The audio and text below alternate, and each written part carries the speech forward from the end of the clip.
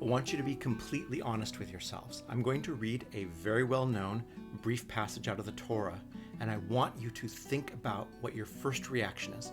What do you really hear when you hear this passage? And now, O Israel, what does the eternal your God demand of you? Only this, to revere your God, the eternal, to walk only in divine paths, to love and to serve the eternal your God with all your heart and soul, keeping the eternal's commandments and laws, which I enjoin upon you today for your good.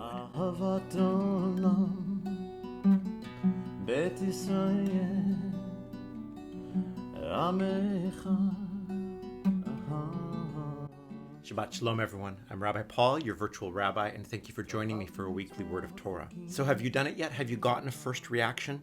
If not, go back to the beginning, listen to it again, pause the video. I really want you to become conscious of what you're thinking, okay? And in case you're still listening without having done that, without having thought about it, this isn't a trick. I don't have the right interpretation. As a matter of fact, if you find anyone telling you there is only one interpretation of any passage of the Torah, of any passage of anything within Judaism, I would highly suggest you run away from that person as quickly as possible. Judaism is and has essentially always been predicated on the dialogic and our ability to argue. And so if someone is saying there's no debate to be had, that's probably stepped away from being Judaism quite some time ago. All right, one more chance to go back to the beginning and hear the verse.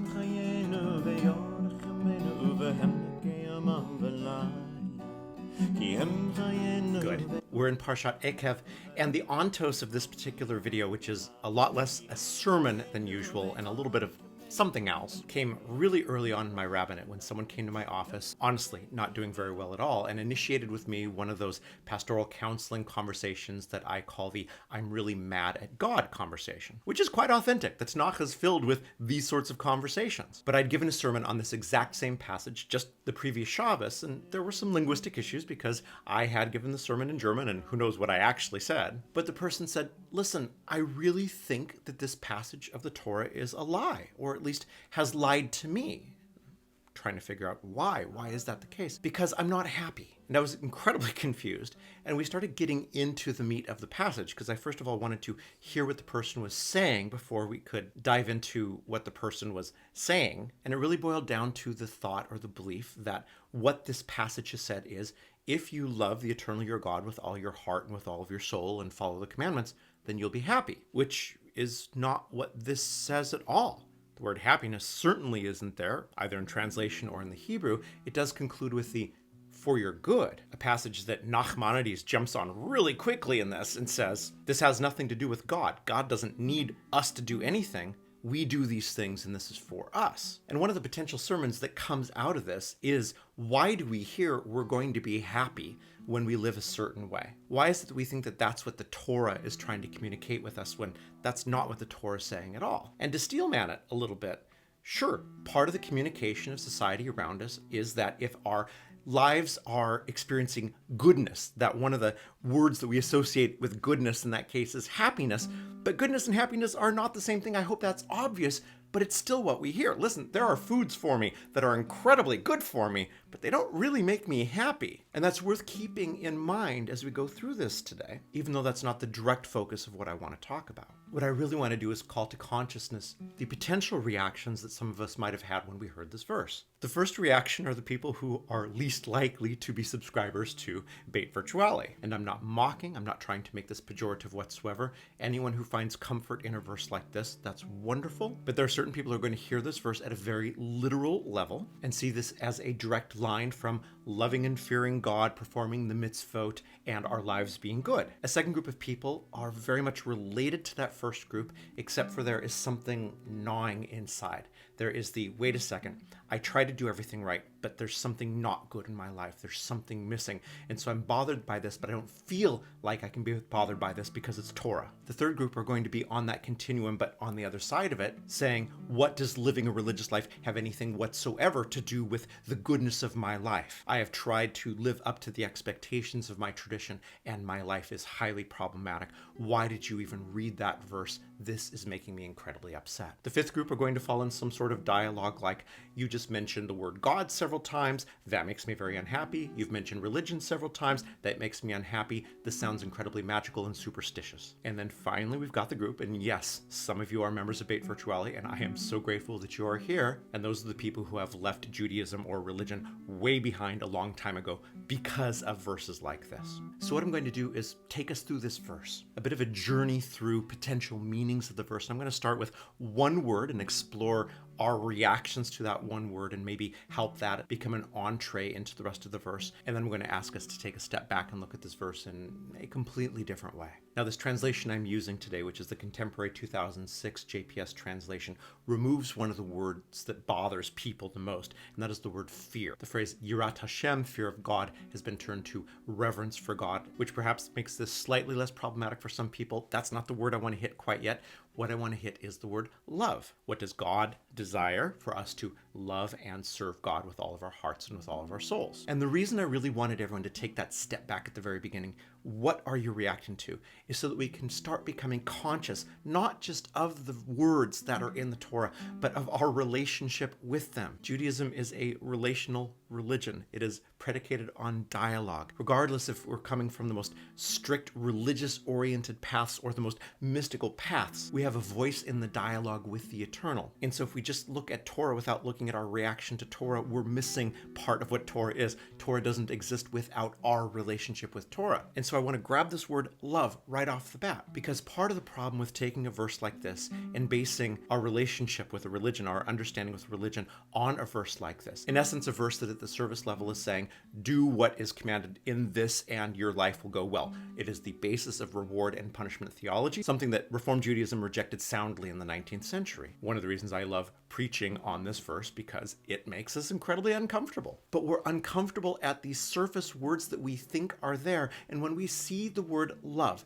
what comes to mind? You see, here's the trick. For about 1,000 years in Judaism, we've had this concept of not saying what God is. It's called negative theology. This is something that came into Judaism via Rambam, Moses Maimonides. He got it from Plotinus, who was a Neoplatonic philosopher. And the idea of negative theology is we cannot ascribe an attribute to God. We cannot say God is this, which seems to contradict Torah because we talk about the 13 attributes of the divine. But here is exactly the problem that Maimonides was trying to help us deal with. If we say God is a God of mercy, for example, what we've actually just done is we've ascribed an attribute to God based on our own finite understanding of the word mercy. But mercy isn't even the best word to help us understand what's going on here. It actually is love. If we say something like, and I sometimes tease my Christian brothers and sisters about this one, God is a God of love, part of the problem with a statement like this is that we are limiting God to our finite understanding of the word love. And if you don't understand what I mean, well, first of all, what if our understanding of love is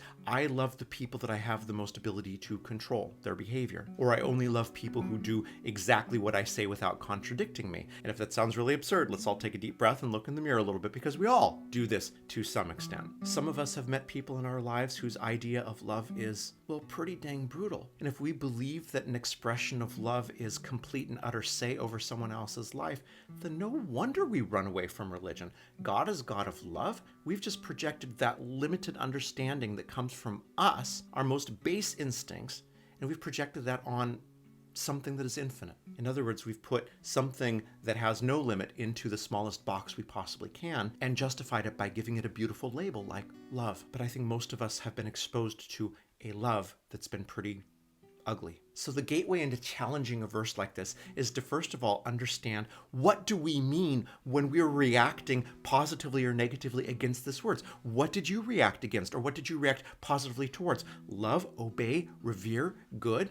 What does love mean? What does revere or obey or fear mean to you? One of the reasons Yirat Hashem, the fear of the eternal, in this verse, ki im liyira et Adonai, only to fear or to revere the eternal. How many times have we reacted against or heard someone else react against this entire concept of fear of God? Well, what do we think the word fear means? Are we taking the theological concept of awe, the sense of when we look at Mount Fuji or Mount Rainier, the Alps, the ocean, and we get a sense of unendingness and that we are unable to even approach the greatness and vastness of this? This is a tiny bit of what's actually meant in the Torah. But if we're thinking spiders. In other words, the thing that makes us feel a phobia, and we're somehow relating that to the Torah saying we have to fear God. We've again taken something that is meant to expand us to a point of radical amazement, as Abraham Yeshua Heschel would say, and we've turned it into the thing that most limits us. If we're afraid to go out of our house, if we're afraid to encounter other human beings,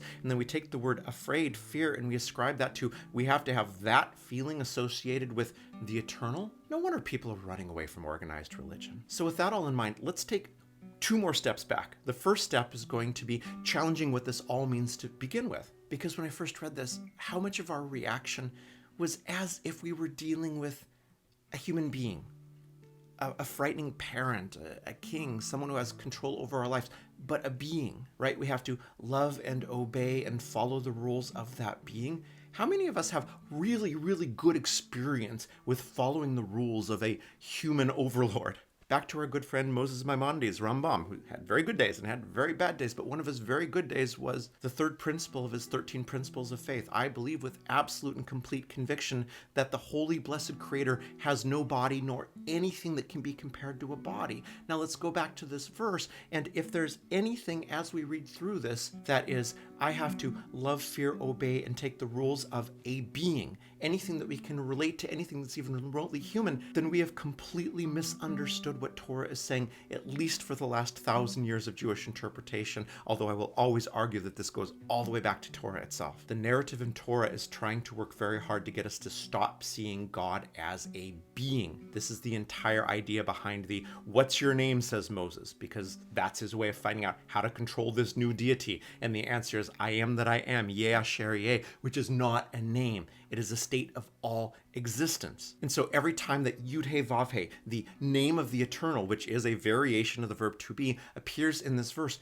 reread the entire passage with that as the meaning, or that is the suggested implication of the verse, and it sounds something more like this. And now, Israel, what does God, as God manifests God's self in all of eternity, in all of relationship, of all of the entire universe, in all of the laws that function in the universe, what is demanded of us through our relationship with everything? Only this, that we have awe of that we walk in paths congruent to that we love and serve that type of infiniteness with all of our heart and soul. Obviously, we have to come back to that. Keeping all of the sacred obligations and the various moral and ethical rules which derive from our relationship with that, which are a part of this specific narrative, not for our happiness, but for our good. Does this verse change at all with that reading? See, I think the only thing we're going to get stuck on now is back to the love. Well, wait a second here. Love has to be some sort of a relationship between two things that we can understand, right? If we're having a dialogue, then we have to have a dialogue partner, right? Really? Do you have to have a conversation with Brahms' Ein Deutsches Requiem when you're sitting there in the concert hall and tears streaming down your face as you're experiencing that? That's a dialogue. Is that piece of music a being? The first time you saw Mount Rainier, Mount Fuji, the ocean, were we not in a state of relationship? The new images that are coming from the James Webb Space Telescope, are we not having a dialogue with something? And that something is not necessarily a bearded guy on a ceiling?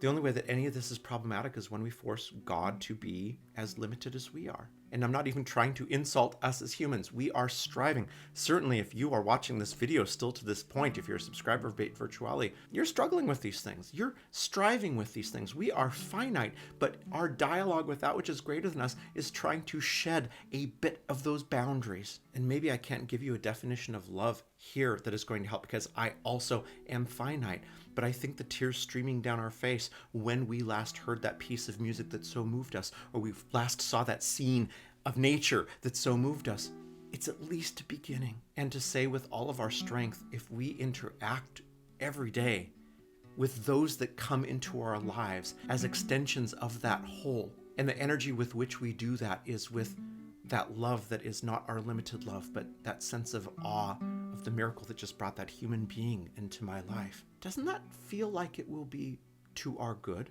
Oh yeah, last little bit of this verse before we go. And now, O Israel, what does the eternal your God demand of you? To whom is this addressed? Well, it's addressed to us, but which aspect of us? What is being called forth in this moment? You see, in the 5 different directions that we could have gone, or the 5 general modalities that we could have gone at the very beginning, how many of them had to do with not engaging, not thinking further, taking our most base instinct and running with that one? Well, what does the word Israel mean? The great thing about Torah is it tells us right there, Israel is the one who wrestles with God. This idea that I've heard over and over again, this is a verse that tells us we just have to obey. We just have to do what our rabbi tells us to do. We just have to do what our parents tell us to do. Learning from a teacher, your rabbi, is not the same as obeying them. And giving respect to your parents is not the same thing as blind obedience throughout our lives. This verse is not telling us to blindly obey a religion, a tradition. This verse from the very beginning is engaging the part of us that wrestles. It's not trying to give us an answer. It's trying to open up the question.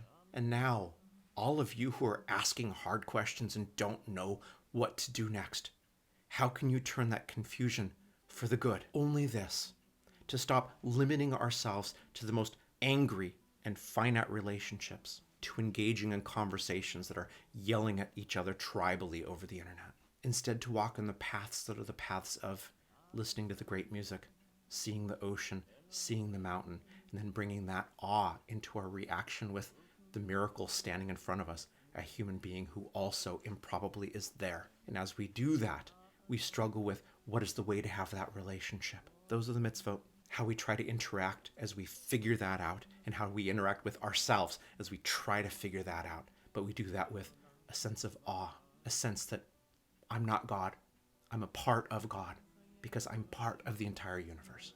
And by that conscious questioning and striving and walking in a path that is greater than our most limited understanding of the world around us, there's no promise of happiness.